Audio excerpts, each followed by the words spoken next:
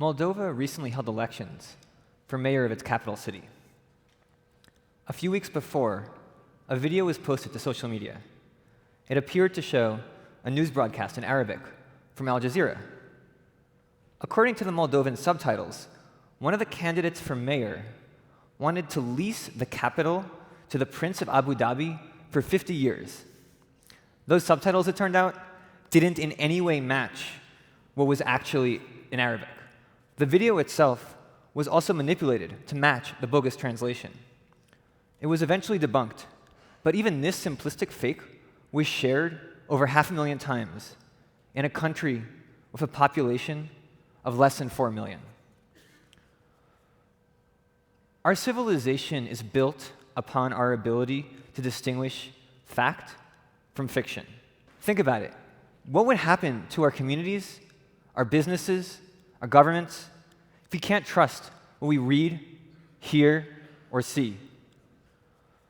What we know, what we believe to be true, determines how we act, how we elect our leaders, how we make decisions, change policies, and start wars. But soon things are about to get real weird. Right now, as I'm talking to you, the technology exists to steal your voice from previous recordings so I can make it sound as if you said anything I wanted you to. We're entering an era in which our enemies can make it look like anyone is saying anything at any point in time, even if they would never say those things. But someone else would. Someone like Jordan Peele. So I can take a video of you and replace all of your facial expressions with those of another person so that it looks like you are speaking, frowning, and shouting along with that fake voice. I can even have that fake you appear to interact with a real environment of an existing video. And then I can create a social media army of automated accounts to spread this video, complete with realistic photos of people who have never existed. I'm a technologist and engineer, and I find this incredible and terrifying.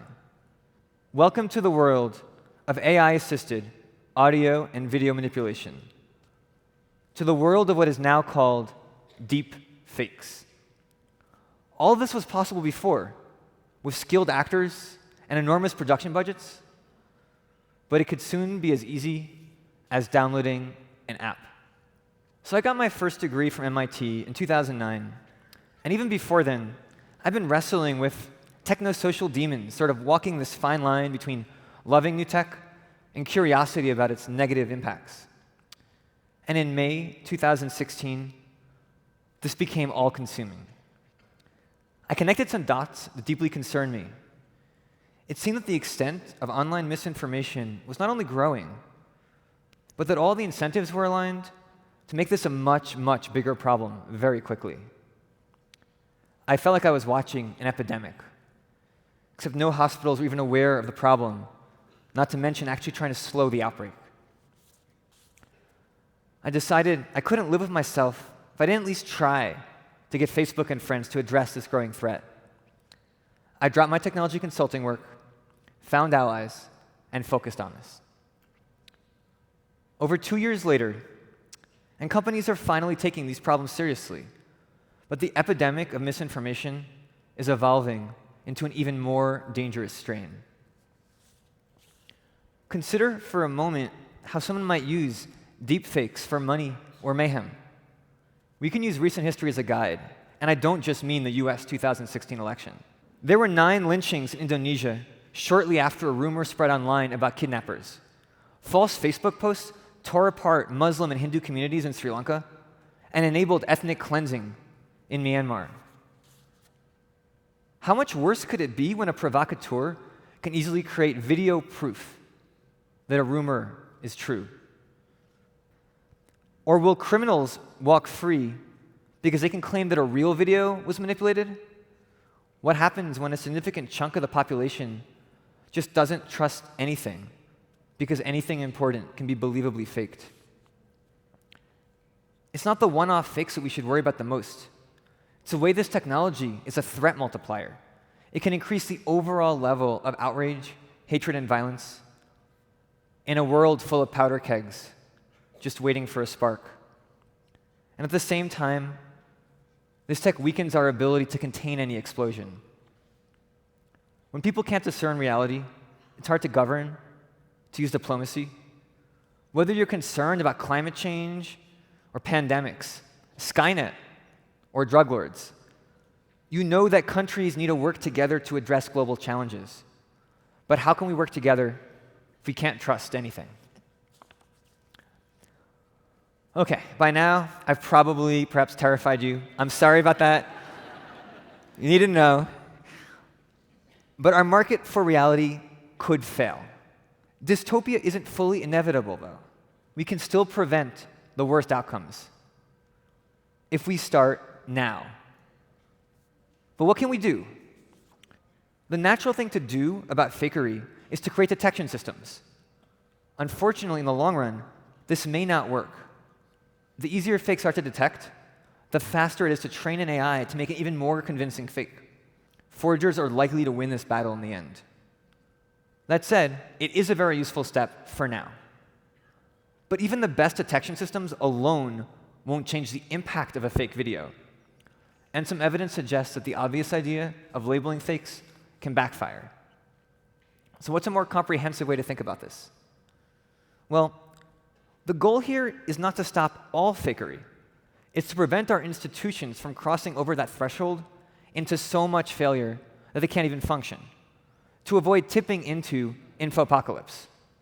To do that, we need to shore up the marketplace of ideas. We need to keep the ROI of fakery as low as possible and ensure that reality stays impactful. This means protecting our knowledge pipeline, addressing that flow of information from creation to distribution to belief to action. How easy is it to create a manipulated or real video, to distribute that video so people actually see it? What impacts whether or not we believe the video? What determines if we take actions based off our beliefs? If I was to go through each step of this pipeline and all the things we can do to try to impact it, that would be 15 more talks. So, not going to do that today. Instead, let me use an example to illustrate how we can think about creation and distribution so I can show you the kinds of thinking we can bring to the table. Let's pretend that Steve wants to discredit a politician, Lucy. Steve wants to make a video showing Lucy admitting to blatant corruption. The first thing we can consider is creation. We can't stop this technology from existing, but we can make it harder to create fakes for malicious ends. What if investors, engineers, even app stores decided they didn't want to enable deepfake technology?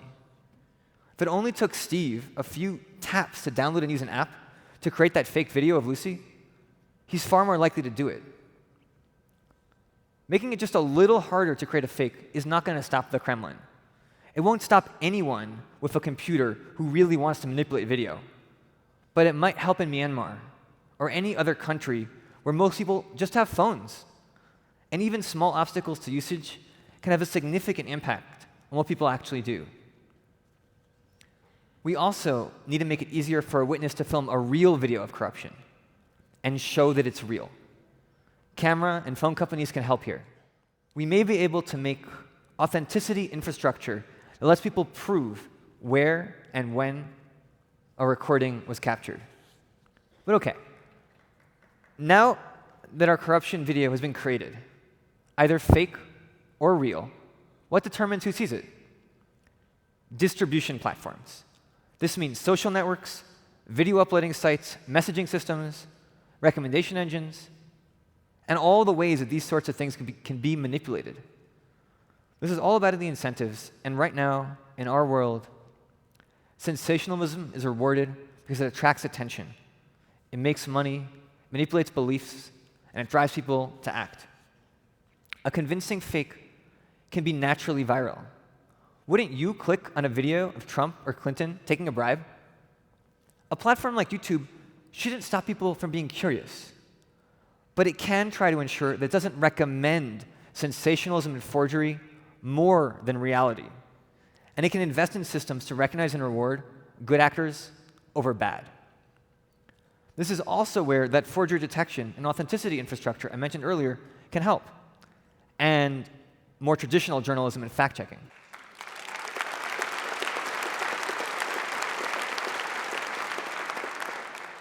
So after our video is distributed, then the audience either believes it and acts on it, or they don't. Here we need to involve almost every aspect of society, from actors to diplomats, and especially teachers. There are a lot of minefields here. We're going to need to make some very tough calls on what a healthy ecosystem looks like.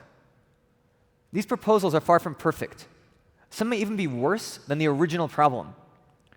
We have to keep our eye on the prize: functioning civilization, functioning democracy, and ensure that we have the checks and balances in place to facilitate that. And one thing that can help with creating those checks and balances is integrating responsibility into our processes and our organizations. Researchers and technologists have repeatedly messed up, badly. We built systems that have caused immense harm and have only acknowledged the problem long after the damage has been done. This can't keep happening. What we create has tremendous impact, and the good doesn't always outweigh the bad. Companies like Google already have dedicated security teams. They make sure that your data isn't hacked, and they have power. They can say to any team, you need to fix this now and stop a product from being rolled out to billions of people. We need this for more than just security. Every company that has a significant impact on public discourse should have well-resourced and empowered teams 100% focused on identifying the ways that their systems can have negative impacts.